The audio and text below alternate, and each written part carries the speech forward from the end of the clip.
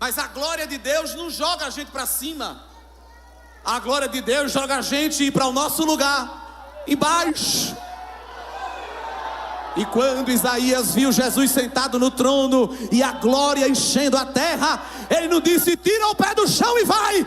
Ele se prostrou e disse: ai de mim que vou perecendo, porque meus lábios estão sujos e o povo ao meu redor tem a boca mais podre ainda.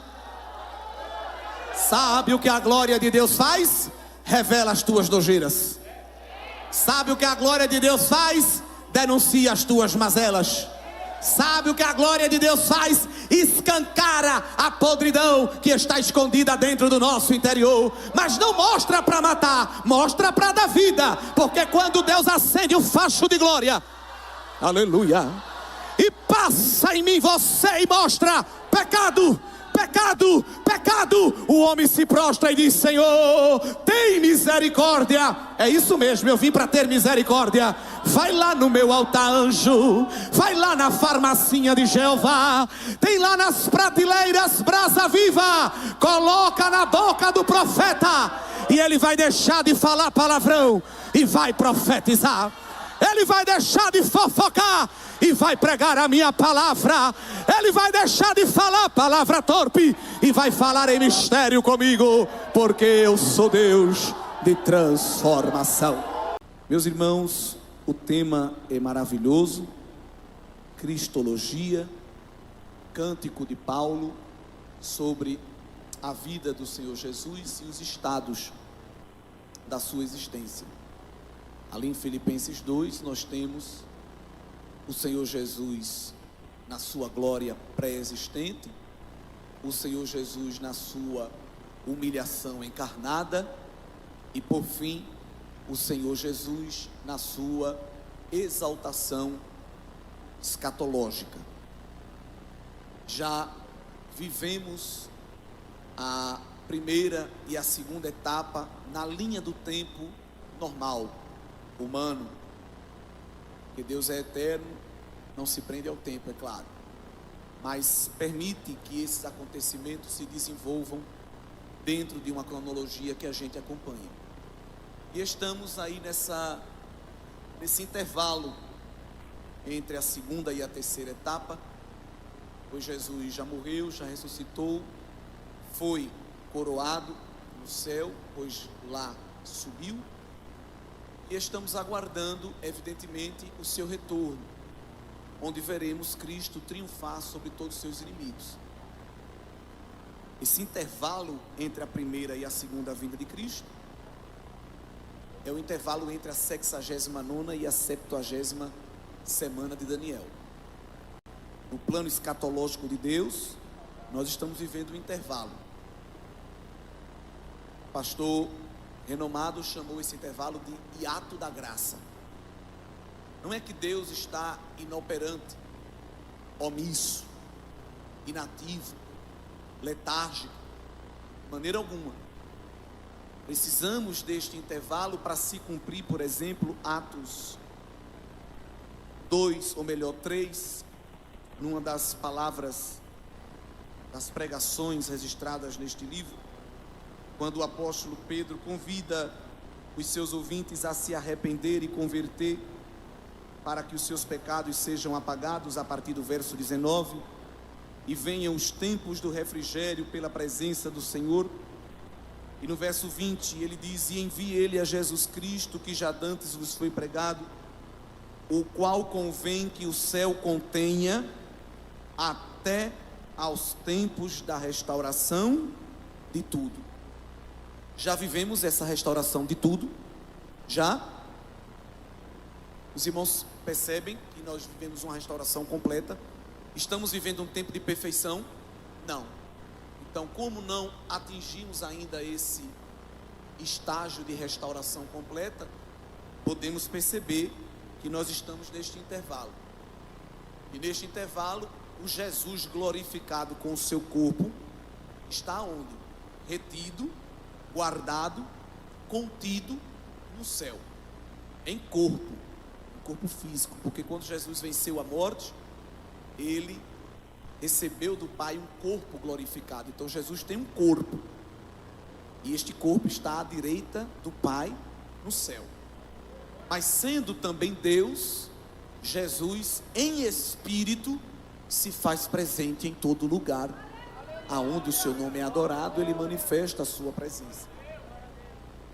E é evidente que a presença de Jesus no céu neste momento é importante, porque nos outorga algumas bênçãos e alguns direitos.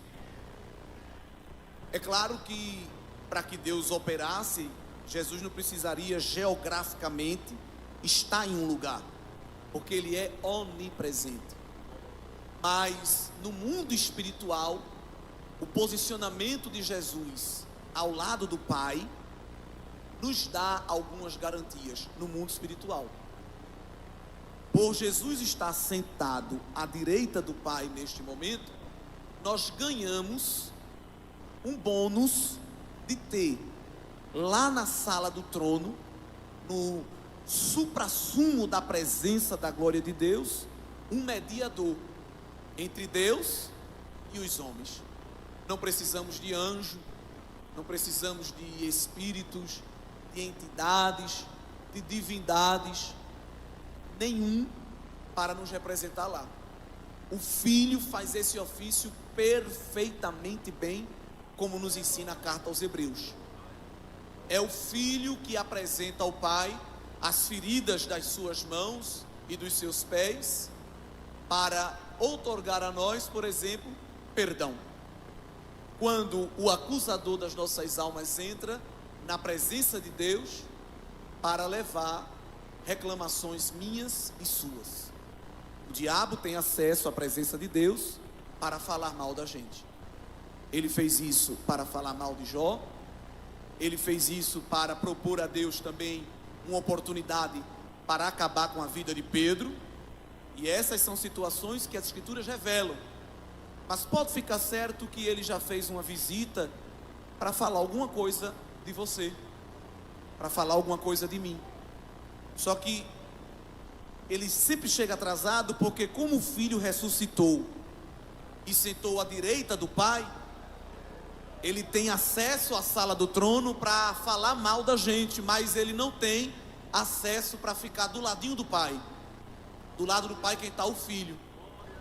Então, em certa distância, o acusador está lá falando mal de nós, mas o Filho está ao lado do Pai, dizendo: Pai, vamos ter misericórdia, vamos fazer valer a pena o sangue que eu derramei na cruz por ele e por ela. E é este sangue que apaga, que anula toda a condenação que é lançada contra nós. Mas o Filho não está só sentado, também está em pé, porque ele também assumiu a posição de sumo sacerdote eterno, segundo a ordem de Melquisedeque. Não sacerdócio da tribo de Levi, porque o dele não está baseado em genealogia, o dele está baseado em eternidade. E como sacerdote levítico, aqueles que oficiavam no templo nunca podiam ficar sentados, porque o sentar-se significa que a obra estava concluída. Então o sacerdote levita, quando terminava o seu turno, saía e outro já lhe rendia, mas sempre tinha alguém em pé no pátio trabalhando, porque ninguém tinha resolvido definitivamente o problema do pecado. Mas na tela da eternidade, o autor aos Hebreus viu o Espírito Santo lhe revelar, num santuário não feito por mãos humanas, mas num santuário celestial, o sumo sacerdote eterno Jesus, em pé não, sentado no santuário celestial. E para que ninguém se levantasse e lhe repreendesse, dizendo: por que o Senhor sentou? O autor aos Hebreus nos explica: ele está sentado porque entregou uma oferta definitiva, cumpriu um sacrifício definitivo, e nele o problema do pecado está resolvido, de maneira que ele tem autoridade para diante do Pai sentar e dizer: a obra está completa, a obra está completa. Ele fez. E é interessante que neste momento podemos ver pela fé Jesus ao mesmo tempo sentado e em pé. Ninguém pode fazer isso, mas ele pode, porque é Deus. Ele ao mesmo tempo está em pé, advogando as nossas causas, se levantando por causa do clamor do pobre e do gemido do necessitado, mas ao mesmo tempo ele está sentado representando toda a autoridade que recebeu do Pai no céu e na terra. E é interessante que quando nós lemos as Escrituras, nós vamos observar que ao longo das eras, o Pai vai revelando a figura do Filho para diversos homens de Deus, dos diversos estágios da sua existência. Era isso que eu queria refletir um pouco nesta noite, um tempo tão bom que recebemos para trazer esta palavra. E a pessoa que eu acho que foi uma das mais privilegiadas no Antigo Testamento foi o profeta Isaías, porque Isaías teve a graça, o privilégio de receber revelações dos 3 estágios de Jesus: o seu estágio pré-existente em glória, o seu estágio encarnado em sofrimento e humilhação, e o seu estágio vencedor pós-sacrifício na cruz, quando o Pai lhe dá toda a autoridade. Isaías vai ver Jesus na sua glória pré-existente, vai ver Jesus no seu sofrimento terreno, e vai ver Jesus escatologicamente vencendo todos os seus inimigos. Vou citar só 3 momentos que Isaías vê Cristo. Primeiro é o capítulo 6, muito conhecido nosso. No ano que morreu o rei Uzias, quando ele chegou no templo e não se deparou com todo respeito, um grande coral como esse, que nossa irmã já disse que é lindo, e de fato é. Mas ele viu um coral ainda mais lindo, pois era um coral de criaturas angelicais, cuja canção é a canção da eternidade, que a gente deve ficar ensaiando, porque é o tema do que a gente vai cantar quando estiver diante do Pai. Santo, santo, santo é o Senhor dos exércitos, e toda a terra está cheia da sua glória. Nenhum atributo de Deus é cantado repetidamente nas Escrituras. Nós não vemos nenhum ser cantando que Deus é justo, justo, justo, fiel, fiel, fiel, misericordioso, misericordioso, misericordioso, verdadeiro, verdadeiro, verdadeiro. O único atributo de Deus que triplicemente é cantado de maneira repetida é a sua santidade. Porque se tem um atributo que Deus quer que a gente lembre que Ele tem, é o atributo da sua santidade. A gente gosta de dizer que Ele é poderoso, que Ele é fiel. A gente ama dizer que Ele é fiel porque a gente já lembra que Ele tem obrigação de cumprir certas promessas que fez a nós. A gente ama dizer que Ele é fiel. A gente também gosta de dizer que Ele é poderoso, porque isso nos lembra que Ele vai fazer coisas que a gente quer, que a gente gosta, a gente está pedindo. Mas o principal atributo de Deus, que é cantado na eternidade, que deve ser lembrado pela igreja, que deve ser buscado pela igreja, é a santidade de Deus. Ele disse para Israel: assim como eu sou fiel, vocês sejam fiéis. Assim como eu sou sábio, sejam sábios. Não, porque eu, Senhor, sou santo, sejam também santos. Ele é este divino padrão. E foi este divino padrão de glória que Isaías viu quando chegou no templo. Ele viu o ser de Deus sentado no trono, na sua majestade santa, mas a orla do seu manto enchendo o templo. Deus sentado lá no alto e os seus pés cobrindo toda a terra. Isaías ficou maravilhado. A prova de que quem estava ali se revelando para Isaías era Jesus está lá em João 12, no versículos a partir do 37. João relembra algumas profecias de Isaías. Isaías vai denunciar o pecado de cegueira e de dureza de coração de Israel. E no versículo 41, João diz: Isaías disse isso quando viu a sua glória. A sua de quem? De Jesus. Então, quem Isaías viu sentado no trono em toda a sua glória foi o Filho, porque o Filho também é Deus. E algumas pessoas do Antigo Testamento tiveram essa alegria. Jesus diz que Abraão se alegrou quando viu o dia dele de Jesus. Então lá no Antigo Testamento, de vez em quando o pai dava um trailer, um teaser, um spoiler do plano da redenção. O famoso: tem coisa boa chegando. Isso é tremendo, porque toda vez que a tela da revelação na antiga aliança se abria para revelar o Filho, era mostrando o Filho em toda a sua glória.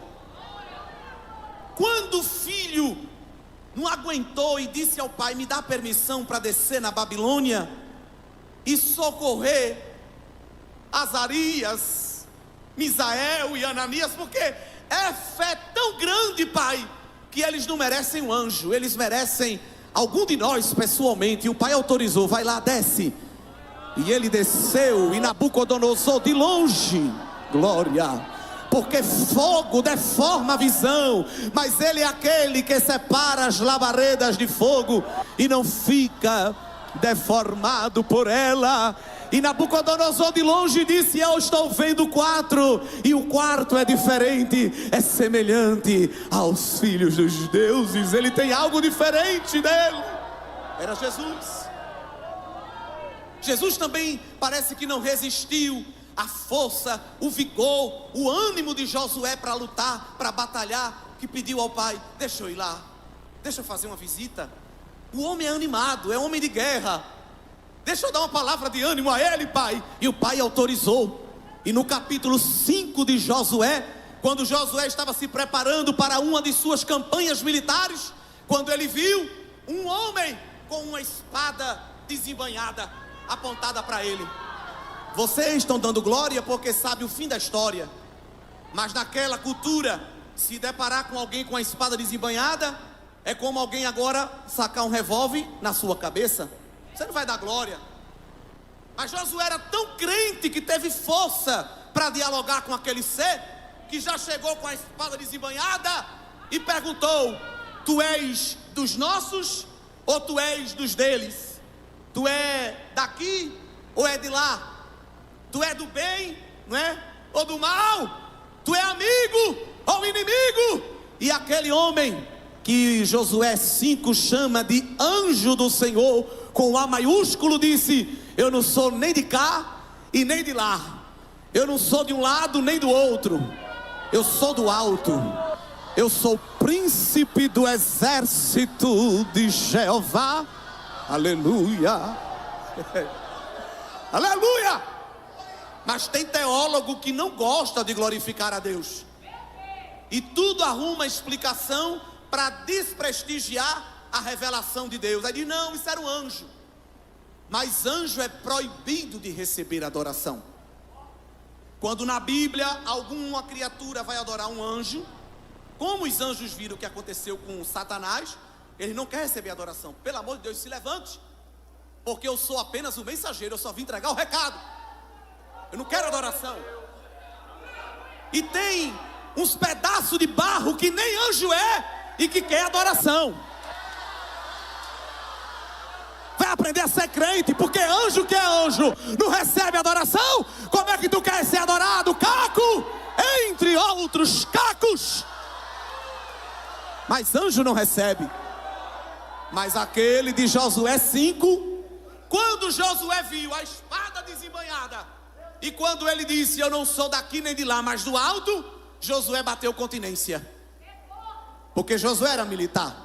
E como foi que Josué bateu continência? Ele disse: esse aqui é muito grande, só isso aqui não resolve não. Se prostrou em terra, aleluia, e adorou.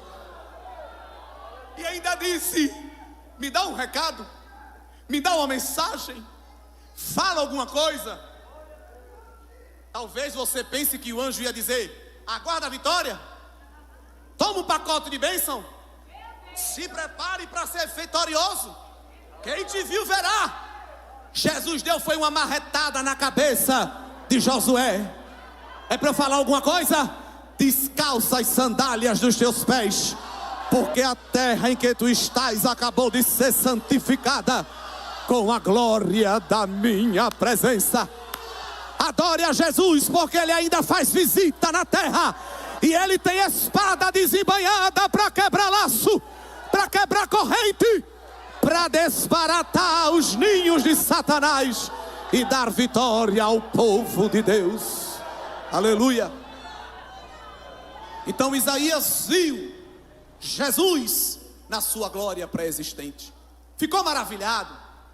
Eu sei que nós somos pentecostais, eu sou desde os 12 anos, creio nos mistérios de Deus.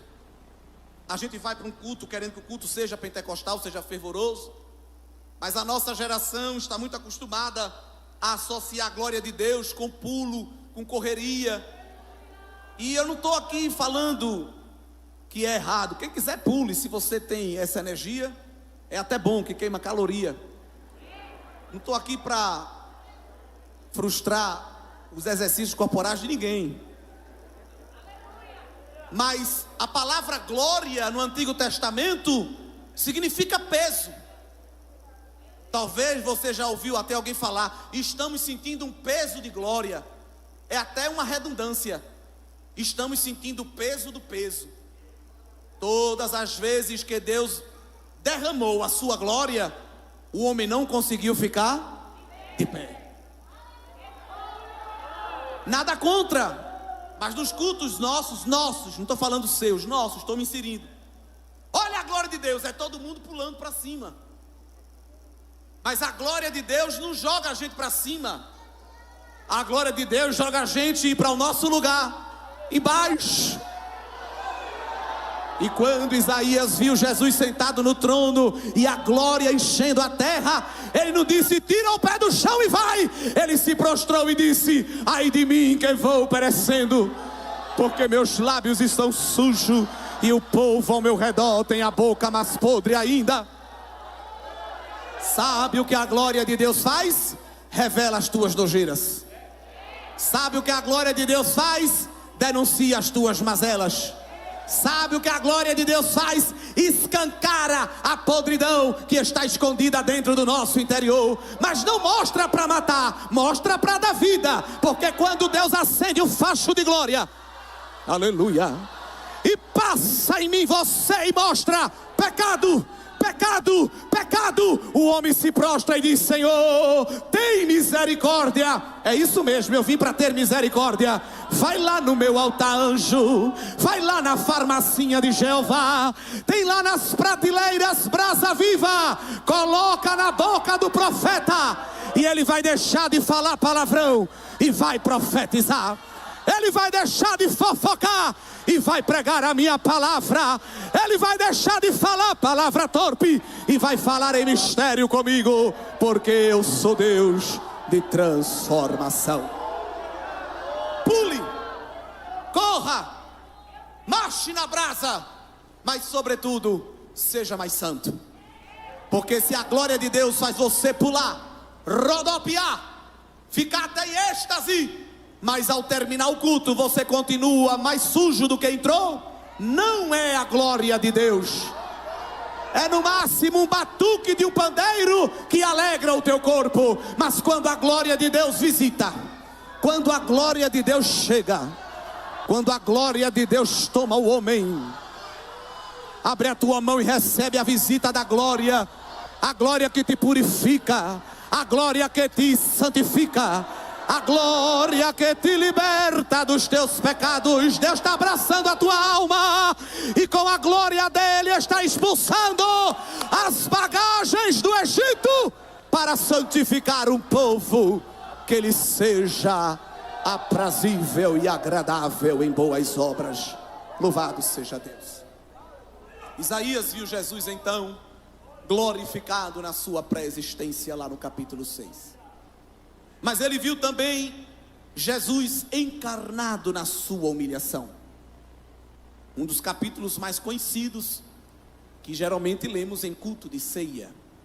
Estou falando do capítulo 53. Aquele capítulo é tremendo porque mostra o estado físico deplorável que o Senhor Jesus obteve. Eu sempre, quando falo disso, digo que, na minha opinião, Jesus não era aquele homem que tinha uma aparência física de chamar a atenção. Não estou dizendo com isso que ele era feio. Ele era bonito, claro. Mas o que chamava a atenção de Jesus não era a aparência física.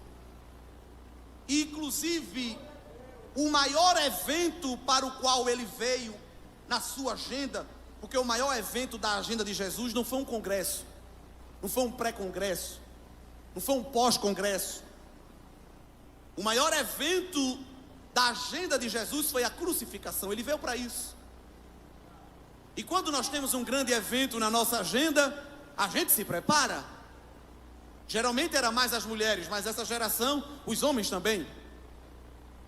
Isso às vezes é até preocupante. Mas eu vou citar mais as mulheres.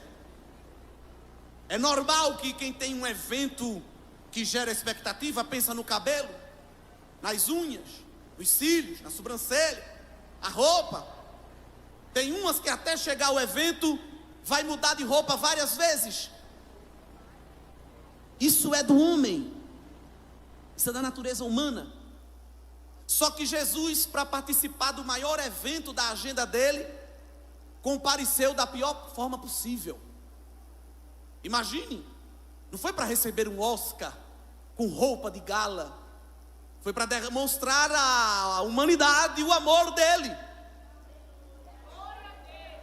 E para este evento, Jesus não teve cobertura jornalística, equipe de mídia, camarim, sala VIP para se preparar.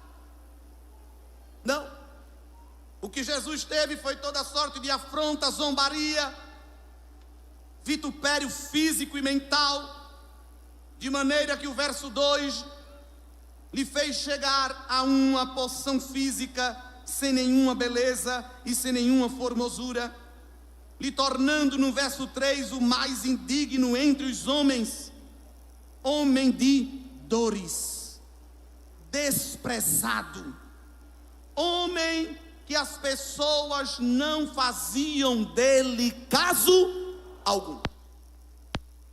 É claro que há pessoas hoje que se doem se alguém não olhar para ele, não lhe der um tapinha nas costas, não lhe der um like. Tem pessoas em depressão porque não recebem like. A plataforma social do Instagram criou uma função de parar de contabilizar as curtidas, porque em certos países do Sudeste Asiático tinha jovens e adolescentes se suicidando ao comparar suas postagens e perceber que tinham menos curtidas do que os seus colegas. Aí gerou essa função. Depois voltou e você escolhe se mostra ou não. Veja que vida fútil, baseada em contadas de likes. Jesus viveu o seu opróbrio e não fizemos dele caso algum. No maior evento da história, Jesus se apresenta fisicamente deplorável. Atingiu o estado de indignação e de maldição que a cruz trazia para o homem. Maldito aquele que morrer no madeiro. É evidente que ele tinha uma promessa. Se cumprisse a tarefa completamente, o Pai lhe devolveria, lhe restituiria a glória pré-existente que ele tinha. E é algo tremendo porque Jesus passa esse vitupério físico para cumprir o sacrifício não levítico, não de touros e bodes, que não conseguem resolver o problema do pecado, mas o sacrifício que ia aplacar de uma vez por todas a ira de Deus e abrir para nós o Santo dos Santos, que foi rasgado não com a tesoura, mas pela carne de Cristo. E quando Jesus tomba e é guardado na sepultura, com certeza a morte, me permita personificá-la, encheu a boca d'água, apontou o seu aguilhão e disse: agora é a minha hora.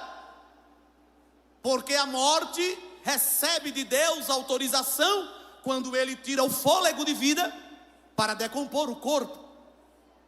Mas Deus usou Davi no salmo messiânico, e que Pedro relembrou quando pregou em 2 de Atos, que o Pai não permitiria que o seu santo, com S maiúsculo, visse corrupção. Corrupção ali significa no original decomposição. E os grandes estudiosos dizem que a porta pela qual a morte entra para decompor o corpo é o pecado.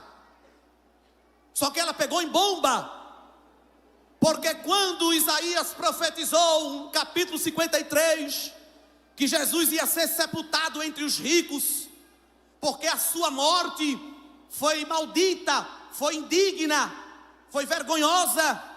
E para um judeu, maldição ainda maior era não ser sepultado, era deixar o corpo livre para ser comido pelas aves de rapina. Mas o pai disse: não, meu filho vai ser moído até a morte, vai passar a humilhação da morte, mas eu também não vou deixar ele jogado ao vento e aos urubus. Já tem um plano funerário para ele na eternidade. Tremendo, não é? Você vai pagar, tem gente que paga várias parcelas para ter um túmulozinho lá, um jazigo. O pai pagou o plano funerário do filho num jazigo novinho em folha. Tremendo. Usou José de Arimateia, que lhe emprestou aquele jazigo familiar, inaugurado, talhado na pedra. Interessante que foi tanto trabalho para Jesus passar só um fim de semana. Glória a Deus. Mas é porque o pai estava dizendo ao filho: neste intervalo está tudo no meu controle. Neste intervalo não vão te envergonhar nem te menosprezar. Eu, Deus o Pai, estou no controle. E qual foi este controle? Quando a morte chegou e disse: agora eu vou me apoderar do corpo. Porque Jesus não morreu porque lhe mataram, Jesus morreu porque entregou a sua vida. Em João 10 ele diz: ninguém tira a minha vida, se eu mesmo não a der. E o Pai que me ama me deu um mandamento: eu vou dar a minha vida e vou tornar a tomá-la. Louvado seja Deus. E quando a morte chegou com a sua foice, tentando cirandar para decompor o corpo de Cristo, da cabeça até a planta do pé, ela não encontrou a brecha da sua entrada. Glória a Deus. Porque o santo de Deus não tinha pecado. E eu penso que a morte salivava e queria se apoderar, mas o Pai do céu blindando o corpo do filho, dizendo: decomposição aqui não. As bactérias têm que me obedecer, que eu sou o Criador. Não vai decompor, porque meu filho não é zumbi. Meu filho é rei glorificado. E no amanhecer do terceiro dia, sem guindaste nem dinamite, removerei a pedra, e ele se levantará vitorioso sobre a morte de uma vez por todas. Aleluia. E Jesus se levanta ressuscitado, já com uma natureza humana e uma natureza divina que lhe permitia ultrapassar as barreiras físicas da vida comum. E é muito lindo porque neste intervalo Jesus vai tratar ainda ressurreições, libertações, restituição de ministério, para poder voltar ao céu. Há muitas correntes, seitas, heresias, de religiões, porque quando o povo aqui passa a vida sem Deus, mas quando morre, todo mundo bota todo mundo no céu. É como que o céu fosse uma colônia de férias, um resort, onde todo mundo pode entrar. Passa a vida todo embaraçado, não gosta de Deus, não quer saber de Bíblia, odeia a igreja, mas no dia que morre, está todo mundo lá dizendo: com certeza está com Deus.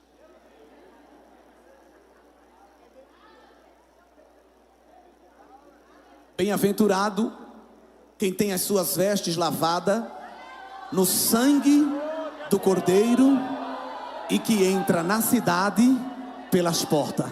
Lá não tem porta do fundo, lá não tem brecha de janela, lá não tem propina para anjo, nem gorjeta para arcanjo. O cara crachá do céu é as vestes lavadas no sangue carmesim que abre a porta para entrar.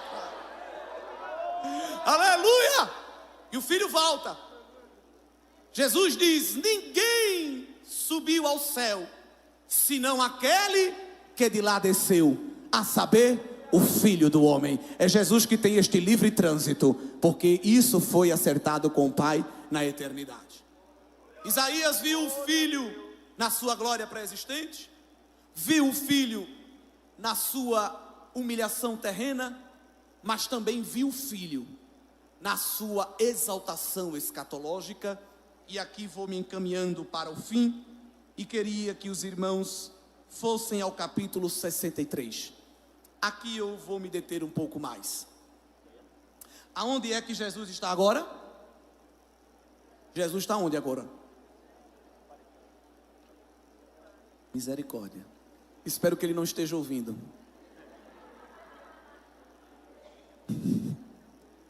Mas eu entendo porque os irmãos não responderam, porque essa resposta tem duas perguntas.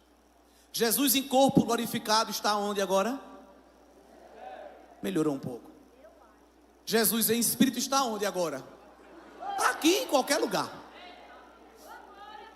Isaías viu o filho pré-encarnado na glória, viu o filho na terra, encarnado em humilhação, mas viu também o filho exaltado na sua redenção final. Quem é este que vem de Edom, de Bosra, com vestes tintas? Este que é glorioso em sua vestidura, que marcha com a sua grande força. Isaías está aqui no muro da cidade de Jerusalém, Sião de Deus, e de repente vê um homem marchando com as vestes vermelhas, e ele pergunta, uma pergunta meio que retórica, porque a resposta se sabia: quem é esse que está vindo? Ele está vindo de Edom. Edom, geograficamente, no Antigo Testamento, representa a terra de gente que não presta. Edom, geograficamente, é uma figura de linguagem para território de paganismo, de prostituição, de materialismo, sequidão espiritual, irreverência, frieza. Só como prova, poderíamos citar tantos outros textos, mas vamos rapidinho, deixando esse texto marcado, em Malaquias, capítulo 1. Se os irmãos não achar cansativo ou ruim abrir Bíblia, no versículo de número 4, Deus usa o profeta, diz para Edom, eles se vangloriam dizendo: estamos pobres, porém tornaremos a edificar os lugares desertos. Assim diz o Senhor dos Exércitos: eles edificarão e eu destruirei. Lhes chamarão termo de impiedade e povo contra quem o Senhor está irado para sempre. Edom adquiriu uma dívida com Deus, porque se levantou deliberadamente contra o povo de Deus, Israel. Deus deu oportunidades para Edom se render, se arrepender, mas na obstinação do pecado nunca quiseram. Por isso que teologicamente Edom é território de pecado, de iniquidade, de gente que sabe o que é o certo para fazer, mas faz exatamente o errado. E este homem que está vindo marchando, está vindo de Edom, está vindo de Bosra, capital de Edom. Um jogo de palavras no original hebraico. Quem é este que vem do vermelho? É aquele que vem com as vestes da cidade da colheita das uvas, onde a uva é colhida, vindimada, produz o suco avermelhado. E este homem vem marchando e vem com força. Este próprio homem vai responder para Isaías: sou eu que falo, e falo com justiça, sou eu, poderoso, poderoso para salvar. De Gênesis 1 e 3 até Apocalipse 21 e 5, nós vamos ver Deus falando. Se tem uma coisa que Deus gosta, é de falar, porque através da fala Ele se revela, Ele se apresenta. Nossa vida vive em busca da voz de Deus, que é poderosa, desnuda a penha, faz parir as cervas, se assenta sobre as águas revoltosas e diz para elas: olha para o vento pavoroso e diz: aquieta-te. Esta voz de Deus quebra a árvore mais forte do Oriente, que é o cedro do Líbano. Deus fala e a terra treme. Deus fala e as montanhas chacoalham, como que batendo uma perna na outra. Às vezes Deus está falando, como num culto como este, e tem pessoas insensíveis à voz de Deus. Eu não estou falando de, enquanto eu pregar, você ficar dando glória, aleluia, e fazendo qualquer outra coisa. Talvez o silêncio é de quem está ouvindo a palavra. Mas há pessoas que estão ouvindo Deus dizer: faça, e não fazem. Venha, e se afastam. Subam, e descem. Sempre escolhendo a carreira diametralmente oposta.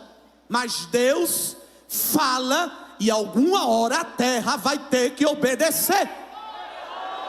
E tem terra resistente ouvindo a voz do El Shaddai e fazendo ouvido de mercador.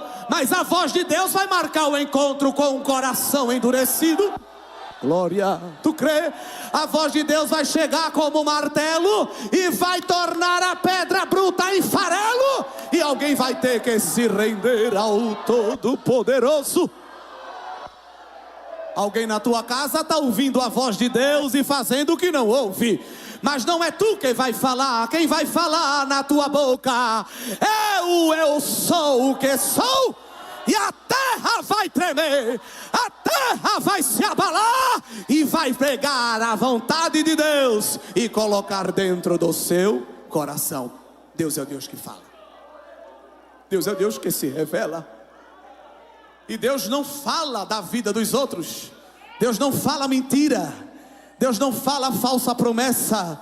Deus fala e faz, porque o seu querer está unido ao seu efetuar. A voz de Deus é poderosa para trazer à existência o que foi que Ele usou como matéria-prima para criar o universo. A sua voz, e tão somente a sua voz. E você precisa só disso, da voz de Deus. Você não precisa de um container de material de construção. Você não precisa de uma conta cheia de dinheiro.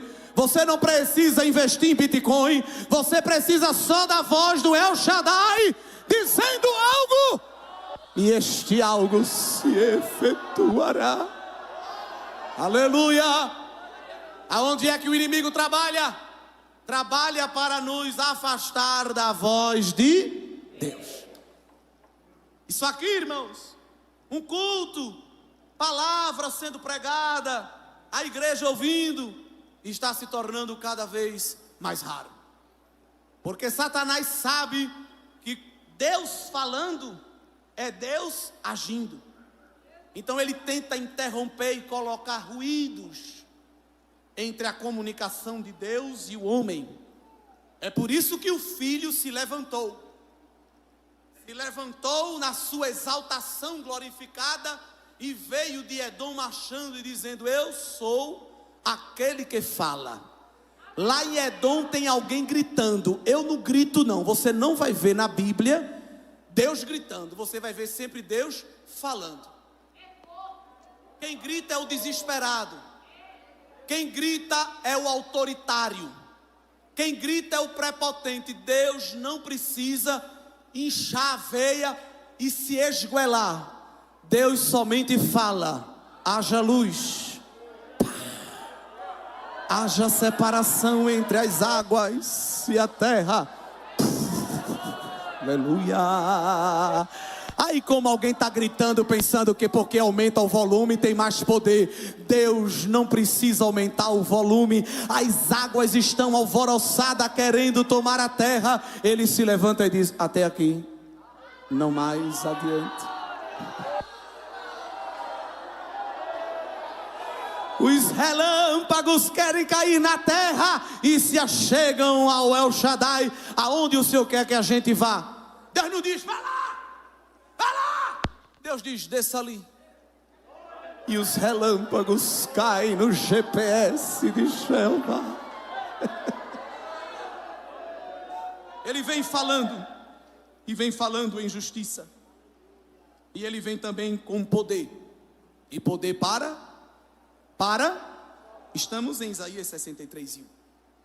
O que chama a atenção do profeta quando olha para este homem é que as suas vestes estão vermelhas, salpicadas. Figuradamente, ele diz que as vestes é como de alguém que pisou uva no lagar.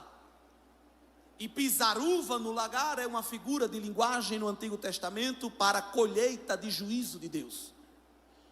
Muitos pais da igreja, como Orígenes, que amava a alegoria, interpretou que essa veste manchada de vermelho ou pintada de vermelho era Jesus voltando da cruz, representando o seu sacrifício. Mas essa vermelhidão não é o sangue de Jesus, do seu sacrifício na cruz, porque aqui não é o Jesus crucificado, aqui já é o Jesus glorificado, exaltado com todo o poder, descendo do céu e indo fazer uma ronda lá em Edom, terra de bagunça, terra de confusão, terra sem lei, terra onde alguém bate no peito e diz: aqui é como eu quero. Aí o filho recebeu a investidura do cargo do pai, e o pai disse: desça lá. Com todo respeito, a PM não resolveu, corpo de bombeiro não resolveu. Com todo respeito, tem as suas funções, mas problema de Edom, conselheiro tutelar não resolve. Alvará de procurador geral da República não resolve. Com todo respeito, eles têm o seu lugar. Canetada de seu desembargador nenhum resolve o problema de Edom. Não resolve. Senador, deputado, síndico de prédio, presidente de associação de morador de bairro não resolve o problema de Edom, simplesmente porque não consegue nem entrar lá. Nem lá entra. Mas o Filho glorificado tem autoridade para entrar em Edom. Glória. Aleluia. Não precisa de escolta, não coloca colete à prova de bala, não vai acompanhado de pastor alemão, não precisa de arma de choque, de batalhão de choque. Ele não vai nem com traque de massa, ele vai somente com a sua justiça e com a sua salvação. Com a sua justiça e com a sua salvação. Aleluia. Quer a prova de que ele não precisa de reforço? Será que a gente pode ler o verso 3? Eu acho que os irmãos estão com a Bíblia aberta ainda. Será que a gente pode ler todo mundo junto? Todos juntos? Eu sozinho pisei no lagar, e dos povos ninguém se achava comigo. E os pisei na minha ira, e os esmaguei no meu furor. O seu sangue salpicou as minhas vestes, e manchei toda a minha vestidura. Ele mesmo está dizendo: eu fui sozinho. A ONU não enviou representante.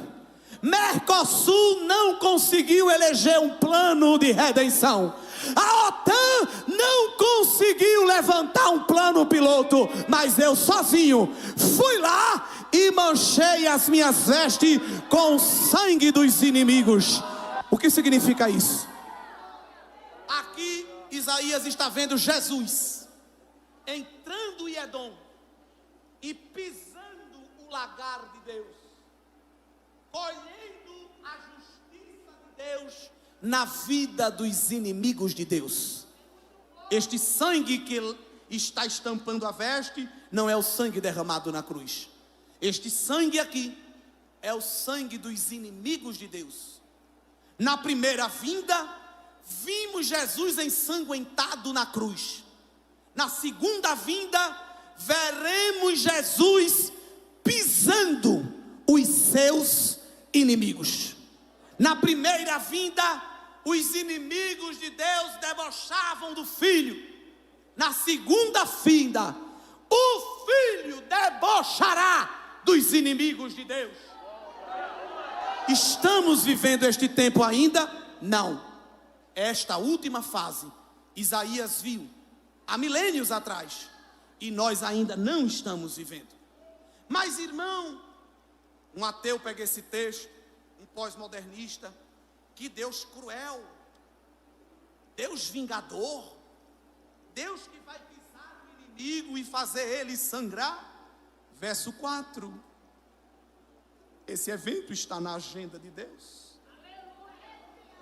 Porque o dia da vingança estava no meu coração, e o ano dos meus redimidos é chegado. Na agenda de Deus, o dia do juízo é o mesmo da salvação. A diferença é só a posição em que a gente vai estar. Se estiver em santidade, quando o filho vier dar uma marchada em Edom, terá salvação e livramento. Mas se estiver em pecado, não confessado e sem arrependimento, o dia do juízo vai ser dia de dor, prestação de contas. O Senhor tem que fazer isto, porque a palavra vingança aqui, no original mais significa recompensa. E Deus é justo, porque recompensa os bons e recompensa os maus. Eu sei que a gente gosta mais de pregar e dizer que tem uma recompensa para os justos, mas Jesus está vindo, e com ele o seu galardão para os justos, mas com ele também está vindo a sentença de juízo para aqueles que não se arrependerem. Isaías viu Jesus vindo dizer: estou vindo trazer o juízo do meu Pai para contemplar os meus remidos. Que Deus cruel, está destruindo os inimigos? Os inimigos que se levantam contra tudo o que é de Deus e querem impedir, ou pensam que impedem, o trabalhar de Deus. Mas por causa dos remidos, por causa dos santos, por causa daqueles que dizem: Senhor, eu te adoro, Senhor, eu tenho tu como meu Deus, reina aqui, ó Pai, faz o teu querer na minha vida. Por causa daqueles que faz jejum dizendo: Senhor, eu quero ser mais crente, Senhor, eu quero ir para o céu. Como cantaram aqui: tira de mim aquilo que não é de ti, me lava, Pai, me queima. O negócio está tão feio que lavar só não resolve. Me joga no teu cadinho de Deus, acende a tua fornalha, expurga o mal que há em mim. Por causa daqueles que estão debaixo do altar, como diz Apocalipse 6, clamando a vingança do filho e dizendo ao filho: tu não vais se levantar não? Quando vais vingar as nossas almas que foram mortas por causa do testemunho do teu amor e da tua palavra? Onde estás, filho? Não vai fazer nada. É tanta piada, é tanta chocarrice, é tanta zombaria, é tanta corrupção, fora e dentro da igreja. O pecado lá fora tem até entrado em nosso meio, trazido por alguns fariseus, por algumas Jezabéis, e alguém olha e diz: Deus, não estás vendo? Mas o filho se levanta e diz: estou vendo.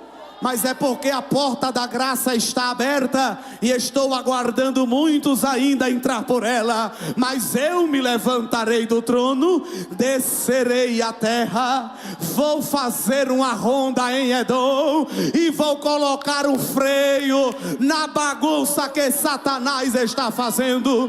Estou vendo a opressão da minha igreja, estou vendo a perseguição, estou vendo as palavras contrárias, as reuniões secretas, os planos malignos para atrapalhar a marcha dos meus remidos. Mas ninguém atrapalha a marcha dos meus remidos, porque eu marcho com eles e eu vou colocar um ponto final na bagunça dos edomitas. Olha ele se levantando, olha ele marchando, e olha o seu braço, como diz o verso 5, trazendo salvação para aquele que clama pelo livramento que só ele pode dar. Esta visão, séculos depois, foi vista também por João, lá no capítulo 19. E nós vamos ver que tudo está no controle de Deus, porque Deus, Ele é eterno, e Ele mostrou a Isaías eventos que ainda não aconteceram, e depois também vai abrir a porta da revelação para João e mostrar tais eventos. E a partir do verso 11, João vê o céu aberto e um cavalo branco. Cavalo branco só senta quem tem autoridade para vencer. Não confundir este cavalo branco do capítulo 6. Porque o que se sentou naquele cavalo branco recebeu poder para matar. Ali não é Jesus. Às vezes a gente até pega sentado no cavalo branco com arco e pensa que é Cristo. Ali foi um instrumento de morte para trazer juízo de Deus. O cavalo branco ali representa autoridade para vencer naquele caso, porque o Pai estava permitindo. Mas a prova de que esse que está sentado no cavalo branco, glória, é porque João diz o nome dele.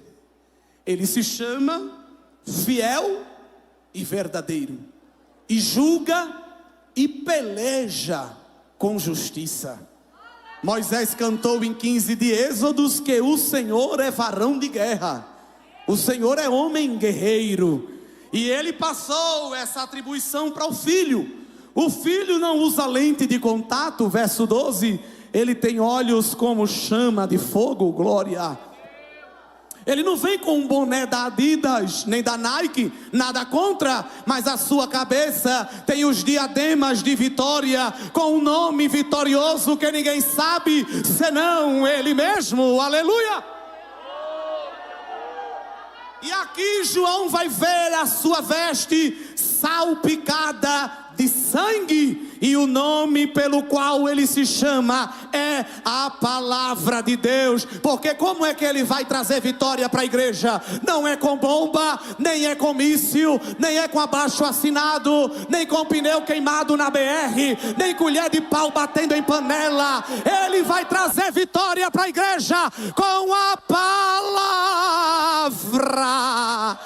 viva e eficaz. Levanta a tua Bíblia, olha a espada que o príncipe da salvação desembanhou quando se encontrou com Josué, e ele está desembanhando essa espada lá na tua casa, ele está desembanhando essa espada no teu bairro, ele está desembanhando essa espada na Paraíba, no Brasil. A terra vai ver o Filho com a espada desembanhada para quebrar o arco, para cortar a lança, para queimar os carros de fogo e para cessar a guerra até o fim da terra. Se com isso você não consegue dar glória a Deus e aleluia, meu irmão, você não consegue mais nada. Porque o texto bíblico diz que se nós esperamos no aqui e no agora, somos os mais miseráveis dos homens. Talvez a sua esperança pode estar num partido político, numa escola filosófica, numa bandeira ideológica. Salve o urso panda, salve o mico-leão dourado. Talvez você tenha até se inscrito em algum partido ecológico e esteja se esforçando para respirar menos, para não consumir oxigênio. Que é isso, irmão? É que eu estou consumindo menos O2. Uma atitude sustentável. Pelo bem da terra, só estou comendo vento agora. Nós somos mordomos. Deus nos confiou um mandato cultural. Temos que cuidar da terra. Mas quando o diabo fez o saceiro no Éden, ele tirou do homem o controle da terra. Nada contra os veganos, os que querem salvar a tartaruga marinha, os que estão recolhendo as tampinhas para salvar o planeta. Nada contra, faça. Eu estou fazendo a minha parte. Eu sou até biólogo, viu? Cuide do planeta.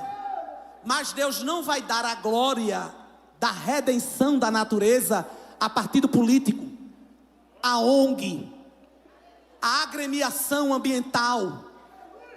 Não, vai não. O diabo roubou o controle da terra. Deus deu a Adão. Adão não vigiou e perdeu para o diabo.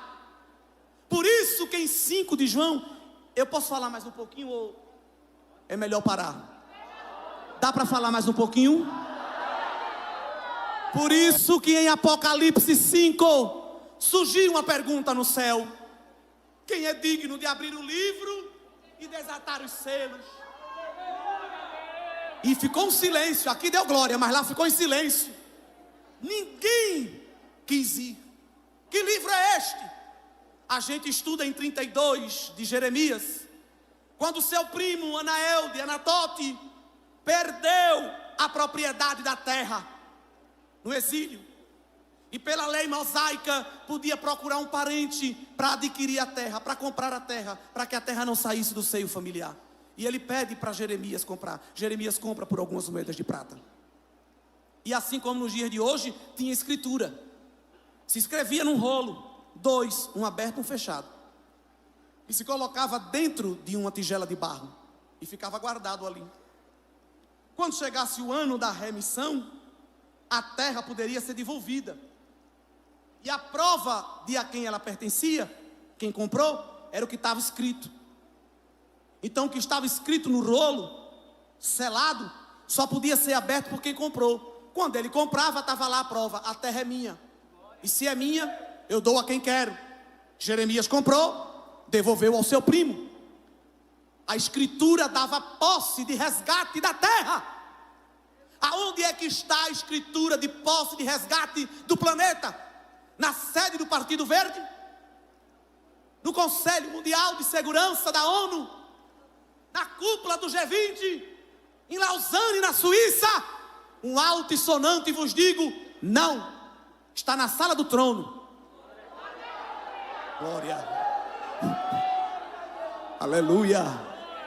E quando o filho chegou lá glorificado, a voz ecoou: quem vai pegar a escritura da terra? Quem tem autoridade para abrir a escritura da terra e se apropriar dela? O filho se levantou, foi lá na mão do pai, pegou o rolo na mão, e o céu, que entende de adoração, já foi se prostrando e cantando: aleluia, glória, honra, salvação, domínio, ação de graça seja dada ao Cordeiro, desde agora e para sempre. Postrados ficaram no chão, porque Jesus se levantou e disse: a terra é minha, eu tenho a propriedade dela, e eu vou devolver ela à minha igreja para a redenção final.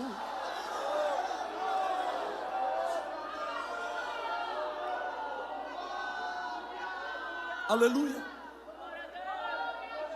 Paulo disse que a natureza geme com dores de parto, aguardando com intensa expectativa o dia da redenção.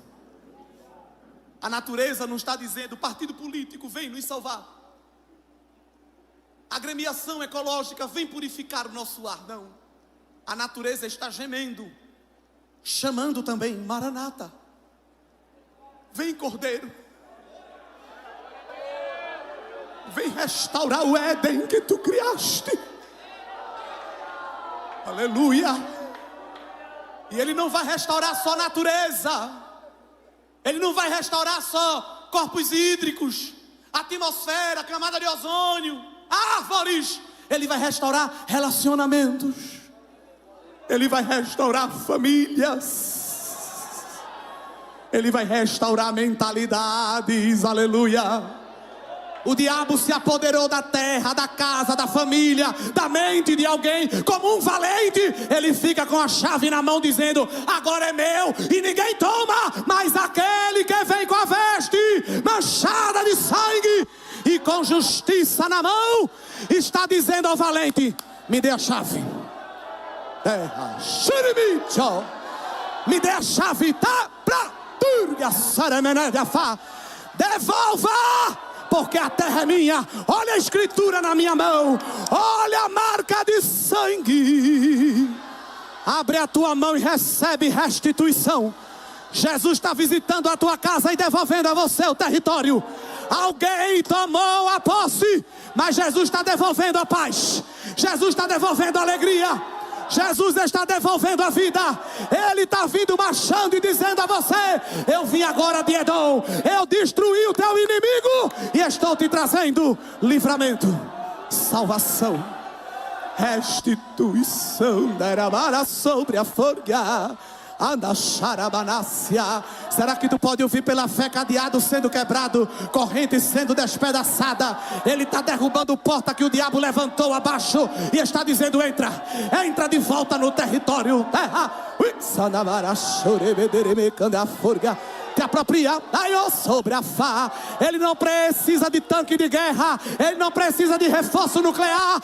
Ele vem com a palavra e com a glória para trazer de volta aquilo que a gente perdeu. Jesus está vindo aí para resgatar a propriedade que o Pai nos deu. Fiquemos de pé, aleluia.